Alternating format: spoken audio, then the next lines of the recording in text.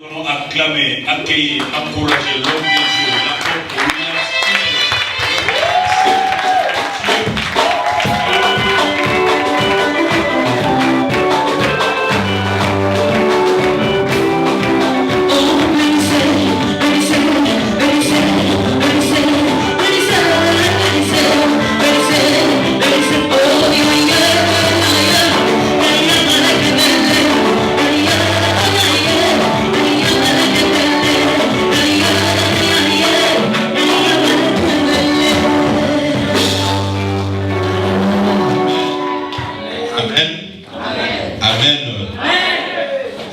Fort. Glorieux. Salut pour moi ton frère de gauche et de droite. Si tu le regardes tout droit dans les yeux et tu lui dis des très très bonnes paroles. Bénis ton voisin au nom de Jésus.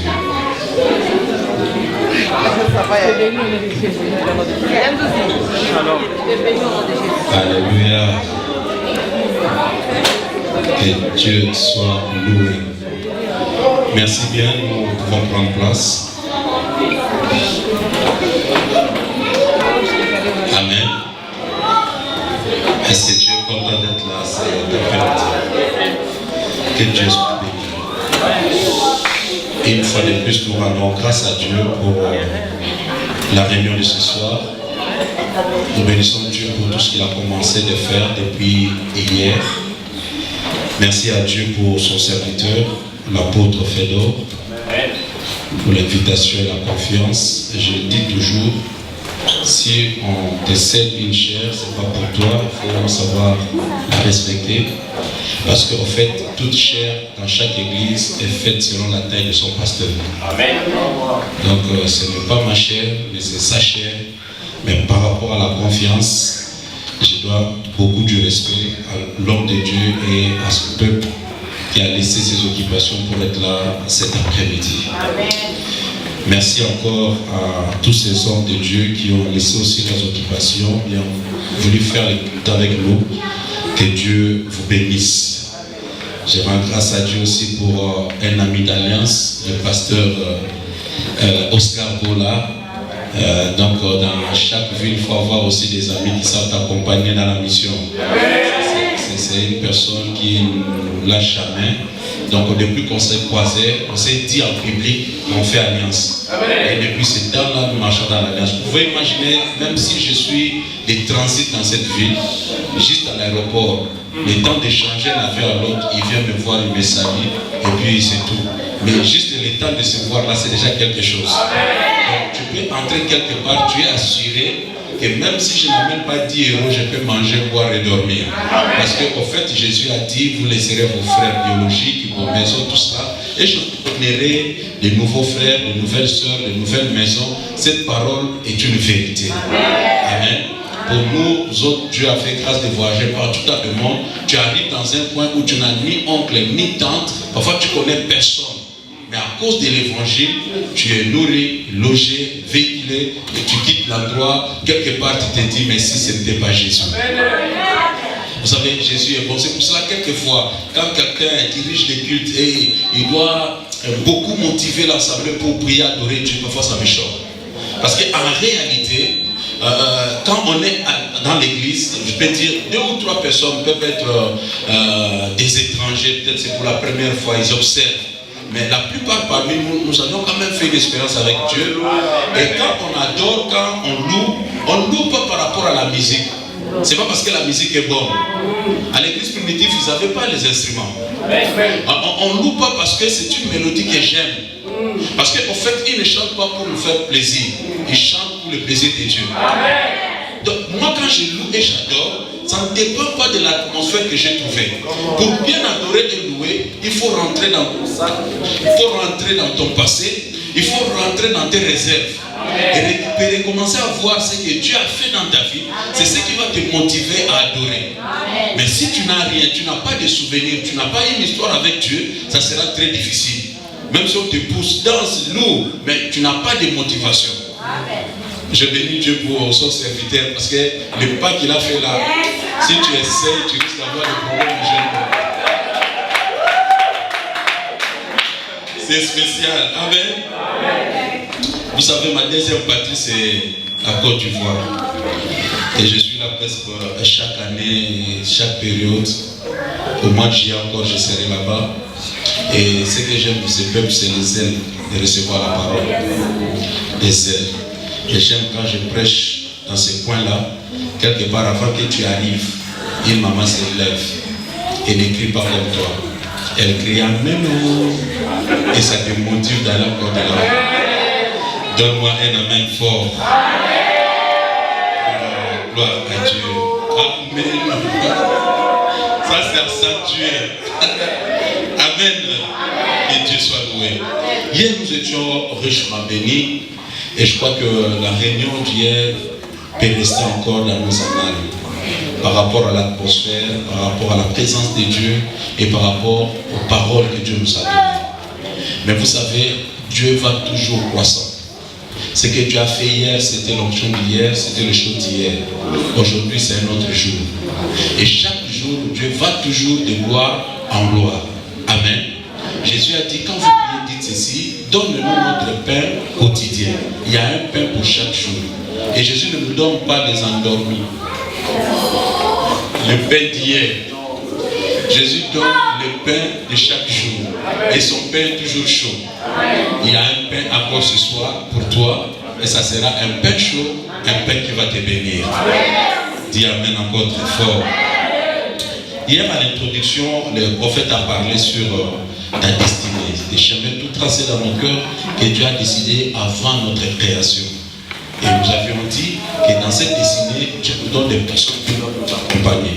Amen. Parce que tu ne resteras jamais seul dans la vie, mais tu seras toujours accompagné. Jésus lui-même, venu sur la terre, il avait besoin des gens qui devaient l'accompagner dans sa mission. Amen. Et c'est pour cela, quand Dieu appelle une personne, il appelle, mais cette personne doit être accompagnée par d'autres personnes pour accomplir la vision. Tel que nous sommes ici, nous sommes dans la maison de Dieu. Mais dans cette maison de Dieu, il y a un gardien, il y a un surveillant. Il y a un papa que Dieu va placer. Et si tu lis les lettres du livre de l'Apocalypse, Dieu les appelle l'ange de l'église. Parce qu'en réalité, nous avons des types d'anges. Quand on parle d'un ange, c'est un messager. Mais nous avons des anges qui sont au ciel et nous avons des anges qui sont sur la terre.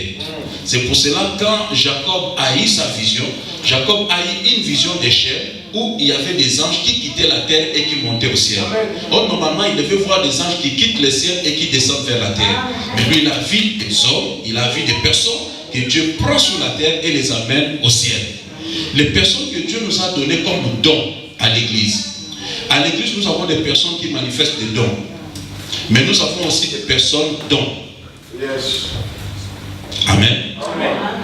L'apôtre, c'est un don pour l'église, corps de Christ. Il n'est pas seulement don pour vous. Dans cette église locale, c'est un pasteur. Mais dans son ministère, c'est un apôtre. Il bénit les églises. Il bénit les églises locales et bénit l'église corps de Christ. Mais dans une église locale, il joue le rôle du pasteur. Et comme don de l'église, don aussi de l'église universelle, c'est quelqu'un qui bénit d'autres églises, qui bénit par rapport au ministère que Dieu lui a donné. Lui-même, c'est un don que Dieu a pris dans sa famille. Il devait faire quelque chose aussi pour ses parents. Il pouvait aussi satisfaire sa femme, ses enfants d'une autre manière. Mais Dieu a dit, je prends ta vie comme un don et je te donne à l'église. Alléluia. Si tu lis la Bible, chaque première-né était consacré, homme était consacré pour le Seigneur. Chaque première récolte, on appelait prémisse, c'était pour Dieu. C'est pour cela que Dieu a institué la notion de prémisse et de dîme. Ce n'est pas pour te piller, te rendre pauvre, loin de là. Mais Dieu veut tout simplement laisser dans tes pensées la notion de mettre Dieu en première position. Amen. Tout ce que nous recevons en premier lieu appartient à Dieu. Amen. Alléluia. Amen. Un homme, Dieu a pris, il le présente comme don de l'église. Nous aussi, comme église qui bénéficie de ce don, nous devons savoir choyer cette personne. Nous devons savoir protéger ses dons. J'ai dit que la protection du don ne dépend pas de Dieu. Dieu vous donne le don, c'est à vous de protéger les dons. Il a donné Jésus dans un couple qui n'était pas mûr de chair. Selon la Bible, Marie pouvait nager de 14 à 17 ans. C'était une jeune fille. Et Joseph, c'était aussi un jeune garçon. Mais Dieu confie la responsabilité du salut du monde dans ces jeunes couples. Ils reçoivent le bébé. Et maintenant, le roi se décide de tuer le bébé. Dieu demande seulement à ces couples de s'élever et de fuir en Égypte. Ce n'est pas Dieu qui va fuir avec eux, mais c'est eux-mêmes qui vont fuir avec le bébé. Dieu peut te donner un don, mais tu dois savoir que c'est toi-même qui dois savoir protéger ton don. Amen. Amen. Or, les dons hommes, c'est donné à l'église. Et l'église doit être sensible pour savoir protéger ses dons. Les dangers d'avoir un don de Dieu au milieu de vous, c'est que vous pouvez le croire ou non, la Bible le déclare. Croyez au Seigneur, tout cela, mais si vous croyez aux paroles de son serviteur, vous allez prospérer. Dieu fait que vous ne pouvez jamais l'atteindre sans passer par son ambassade. Amen, amen. Il y a des gens qui quittent l'ambassade. Si je suis par exemple au Congo, en Côte d'Ivoire ou bien c'est pas Ouagadougou, je vais arriver en France, mais il y a une ambassade là-bas. Si je ne respecte pas le protocole, malgré les billets, je n'arriverai jamais en France. Quand les riches déclaraient devant Dieu, il dit envoie Lazare pour aller dire à ma famille, Dieu a dit il y a mes serviteurs là-bas. Il y a une ambassade. Il faut passer seulement par cette ambassade pour arriver ici. La Bible déclare que Dieu a créé les cieux et Dieu règne dans les cieux. Mais il a donné la terre aux fils des hommes. Et parmi les gens, les fils des hommes que Dieu a placés sur la terre, Dieu a placé aussi des gouverneurs. Il a placé aussi des ambassades et des ambassadeurs. Des personnes qui les représentent. Nous tous nous prions, nous tous nous connaissons le Seigneur. Mais parmi nous, Dieu a choisi des personnes distinctement. Il ne les a pas choisis sur la terre. Mais depuis le ciel, Dieu les a cachetés pour les servir. Amen. Tu écoutes l'histoire de chaque homme de Dieu, tu verras qu'il avait son projet. Il pensait à quelque chose par rapport à sa vie. Mais à un certain moment, Dieu l'a donné la vraie direction. Comment pouvons-nous expliquer la vie d'un homme comme Paul? Si tu lis Paul, parfois tu ne vas pas trop saisir. Mais Paul est considéré parmi les 7 personnes illuminées de son temps. Donc très intelligent. L'intelligence de Paul atteignait un certain niveau. Et Paul était dans une famille riche parce qu'on dit qu'à son âge, il gérait déjà une entreprise de fabrication de tentes. En quelque part, il devait peut-être hériter cela de ses parents. À son âge, il avait l'influence de rencontrer les grands de la nation et leur parler et juste avoir des autorisations auprès des souverains sacrificateurs. Aujourd'hui, les gens peuvent avoir l'accès de consulter l'homme de Dieu. Mais un souverain sacrificateur avait une position dans la société que sa famille était considérée comme étant le gouverneur de la ville. Mais Paul avait la facilité de côtoyer ces personnes et de voir aussi, d'avoir aussi leur autorisation pour aller faire une mission. Donc c'était un jeune garçon brillant et un jeune garçon qui avait de l'avenir. Et il croyait, comptait vivre par rapport à déjà sa situation. Et bénissons Dieu pour Paul. Bandit qu'il était. Parce que sans Paul, nous n'aurions pas la totalité de la doctrine chrétienne. Parce que les gens comme des pierres pouvaient marcher avec Jésus, mais ils n'ont pas l'intelligence d'écrire. Parce que même les livres que tu lis là, un Pierre, deux Pierre, ce n'est pas lui qui a écrit. Il dictait à son secrétaire. Mais on a besoin de gens comme de Paul, parce qu'ils sont tellement intelligents que Dieu va utiliser aussi leur intelligence pour nous écrire les livres. Amen. Amen. Mais Paul racontait sa vie. Ne connaissait pas pourquoi il était né et pourquoi il était créé. Jusqu'au jour où Jésus va le croiser sur la route de Damas. Et Paul pose la question à Christ, il dit, Seigneur, que veux-tu que je fasse? J'ai dit, si tu ne connais pas, tu n'arrives pas à discerner ta destinée, tu vas échouer dans la vie. Tu vas marcher à battant l'air. Tu seras un touche à tout. Tu vas copier. Tel a fait ça, je vais faire. Mais ce n'est pas ce que Dieu t'a demandé de faire. C'est pour cela que tu vois tout le monde faire comme tout le monde, mais tout le monde n'a pas de succès comme tout le monde. Pourquoi? Parce que tu n'es reçu que dans ton domaine. Tu seras expert, pointillé que dans le domaine de ton établissement. Amen. Amen. Amen. C'est pour ça que quand j'arrive dans une église, le quoi ou non, mais je dois savoir que je suis déjà en alliance avec Dieu, le Dieu de ses serviteurs. Ce que je vous ai dit, à l'église nous avons un Père. Dieu établit un Père. Et nous tous, nous sommes des fils. Amen. Il n'y a pas de collaborateurs. Et il n'y a pas 3 hommes de Dieu dans une église. Amen. Il y a un seul homme de Dieu. Amen. Parce que l'homme de Dieu, c'était une expression de l'Ancien Testament. Donc il n'y avait pas d'article pour relier. On disait homme Dieu. C'est maintenant qu'on dit homme de Dieu. Mais à l'époque, dans l'ère là, c'était homme Dieu. Cela veut dire, dans l'homme, on trouvait la divinité. Et c'est cet homme-là qui recevait la vision et la mission, mais il doit être accompagné par d'autres personnes.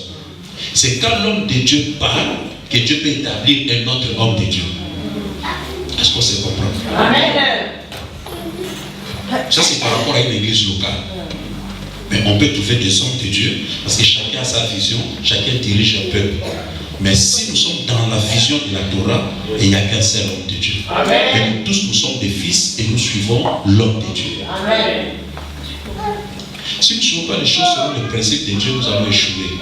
On va danser, on va prier, on va avoir un peuple, mais on n'a pas encore bâti l'église. Ça doit être bâti selon les normes de Christ. Et cette personne-là devient la source de ma bénédiction. Parce que, en fait, tu ne vas pas laisser le papa pour aller demander la bénédiction au Père Céleste, parce que Dieu passe par ton Père spirituel pour te bénir. Amen. C'est lui qui déclare des paroles sur ta vie. Et moi, je dois considérer cet homme, et la Bible me demande de le regarder comme un seul homme de Dieu. Alors, si tu lis la Bible de Genèse à l'Apocalypse, à part Jésus, tous les papas avaient leur défaut. Et c'est Dieu qui faisait cela expressement. Et si tu fais des efforts pour ne pas avoir de défaut, Dieu lui-même va te briser. Ça va me choquer, mais je parle comme un apôtre. Un homme comme Jacob, il s'est croyé en tout, fort, puissant, jusqu'à combattre Dieu. Mais jusqu'à ce que Dieu lui-même l'a cassé. Pour lui dire que tu resteras toujours homme illimité. Mais c'est dans cette cassure-là que je vais te bénir. Parce que tu ne peux jamais travailler avec Dieu en croyant que tu mérites ce que tu fais et tu as une position par rapport à toi. Non. C'est parce que lui veut t'utiliser. Mais il va te faire comprendre que tu es un homme. Maintenant, le danger, c'est quoi? Même Christ, quand il est venu sur la terre, la Bible va dire, il était pour beaucoup une pierre d'achoppement. Le Jésus que tu adores aujourd'hui, on ne l'a pas accepté quand il était vivant. Et lui-même à la fin, il dit, laissez-les comme ça, parce que s'ils comprennent, ils risquent d'être sauvés. L'évangile est compliqué. L'évangile est compliqué. Donc il y a un problème. Dieu peut te donner un père, mais le père, toi tu ne le choisis pas. Tu nais dans une famille et tu trouves déjà qu'il est ton père, on te demande de l'appeler père. On ne choisit pas.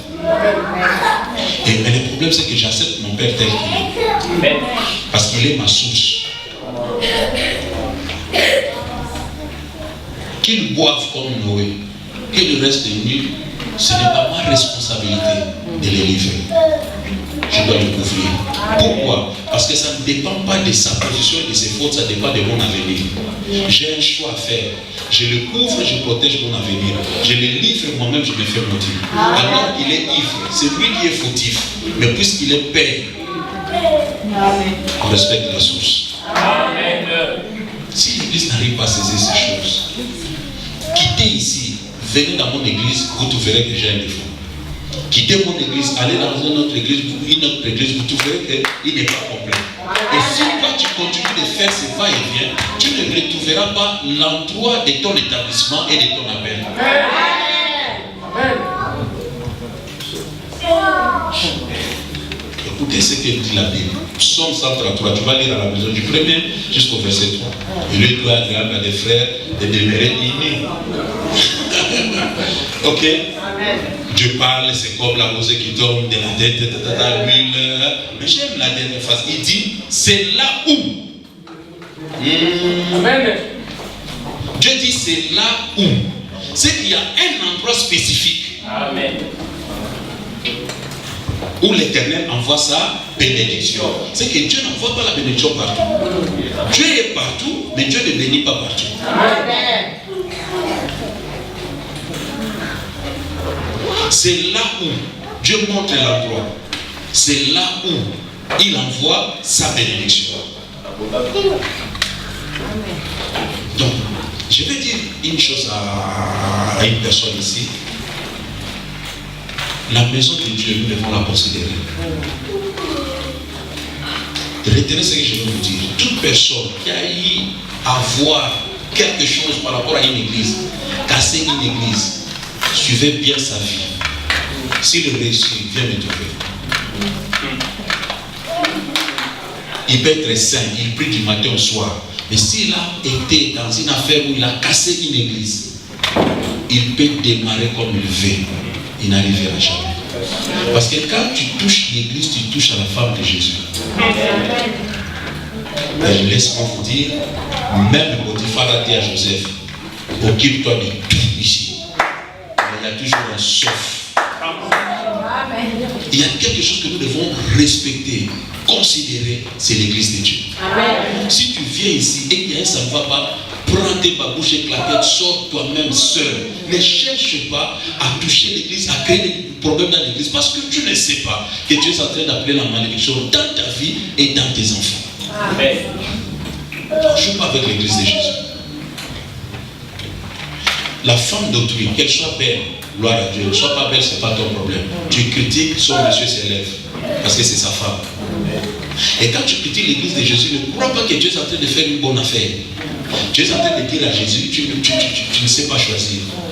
Comment tu peux choisir cette personne comme ta femme? Ok? Or, Jésus lui-même sait le travail qu'il est en train de faire avec sa femme.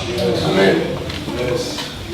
Si tu vas maintenant lire le livre de 1 Chronique, chapitre 6, tu peux commencer à partir du verset 19. La prière sacerdotale de Salomon. Salomon déclare les choses qui vont se passer dans cette maison-là. Il y a aussi des personnes qui disent, bon, moi, maintenant je prie à la maison. Et je me suis retiré ces derniers temps pour faire mes prières. C'est bon. Vous pouvez prier à 4 à 5 à la maison, c'est une bonne chose. Mais un endroit, cet endroit par exemple, c'est un endroit normal. On peut mettre des jeux de lumière, ça devient discothèque, tout cela. Mais aussi longtemps que nous allons déclarer des paroles ici, ça devient un temple. Amen. Ça devient un lieu mis à part pour Dieu. Et Salomon, plutôt quand il déclare des paroles, il dit, dans cette maison-là, même si tu es malade, même si tu as des problèmes, même si tu as commis des péchés, quand les gens viendront dans cette maison et prieront, c'est ici que tu vas les exaucer. Amen. Et il y a un endroit où tu viens, même chargé, c'est là où Dieu va te croiser. Et combien de personnes, une fois qu'il est malade, une fois qu'il a des problèmes, il dit, je peux faire ça à la maison. Or, c'est le moment de venir au temple. Parce que c'est là où Dieu manifeste la guérison. Amen. Écoutez, on a été habitué, avant qu'il y ait guérison dans l'église, il faut que je parle de la guérison. Lis les évangiles ou les actes des apôtres, ce n'était pas le cas. Quand Paul prêchait, il ne prêchait pas sur la résurrection. Mais quand le petit Antiquiste était mort, il y a une résurrection. Parce que ça fait partie du package. Maman l'a gagné. Est-ce que quelqu'un me saisit? Donc, dans l'évangile, il y a tout. Question seulement que tu sois dans un endroit où on parle de Jésus. Sache qu'il y a l'onction de la guérison, il y a la délivrance, il y a tout. C'est question seulement d'être sensible. Amen. Il y a des personnes qui écoutent l'évangile comme tu écoutes là, on finit les cultes, il est complètement guéri. Écoute ce que Jésus dit. Il dit, vous êtes déjà purs par la parole que vous écoutiez. Cela veut dire qu'ils n'ont pas encore confessé, mais ils sont déjà purs.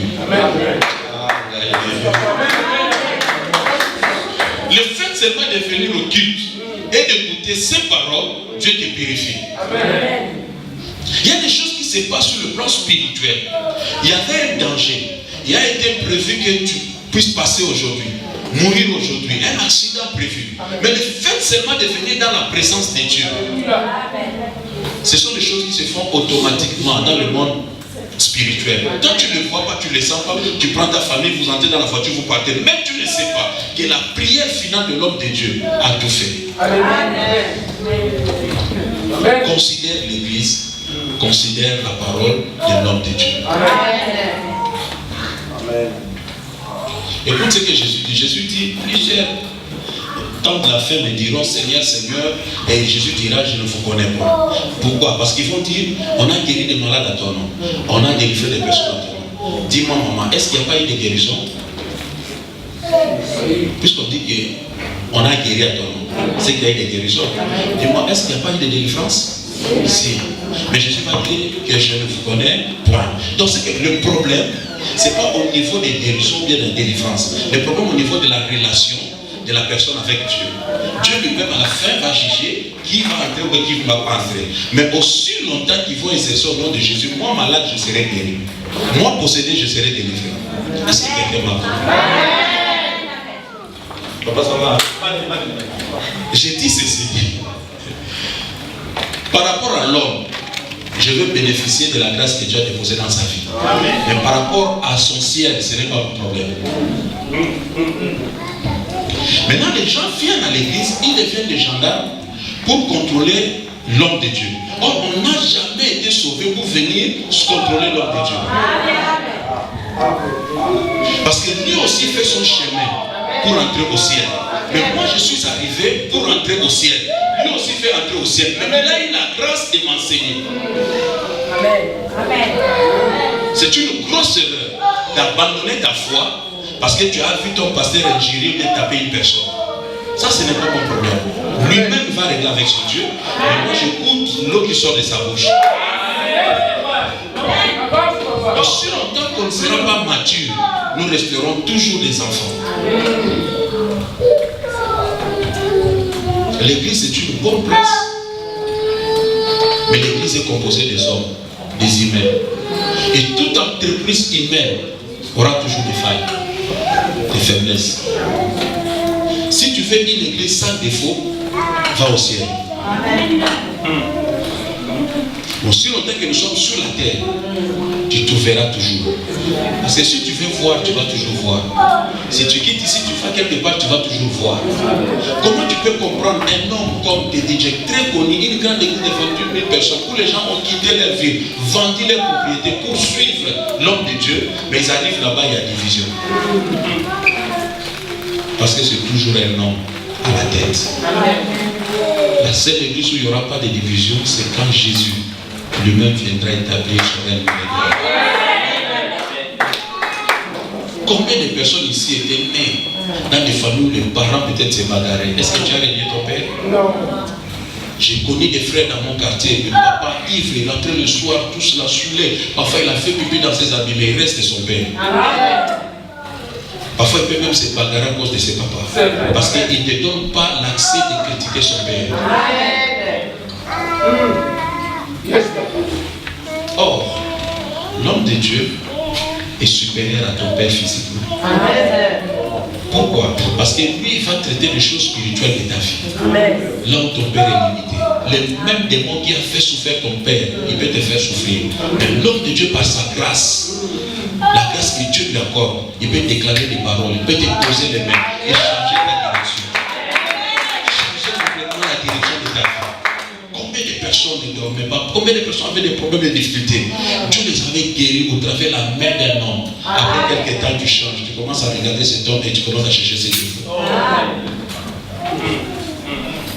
Est-ce que c'est ta responsabilité? J'ai aimé les catholiques. À une certaine période chez nous, les catholiques chantaient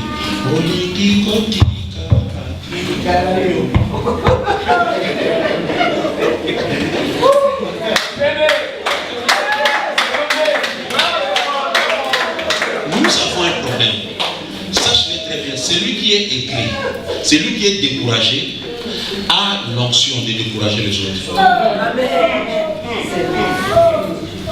Une fois que Pierre, après la mort de Jésus, s'est décidé de reprendre à pécher, il n'est pas parti seul.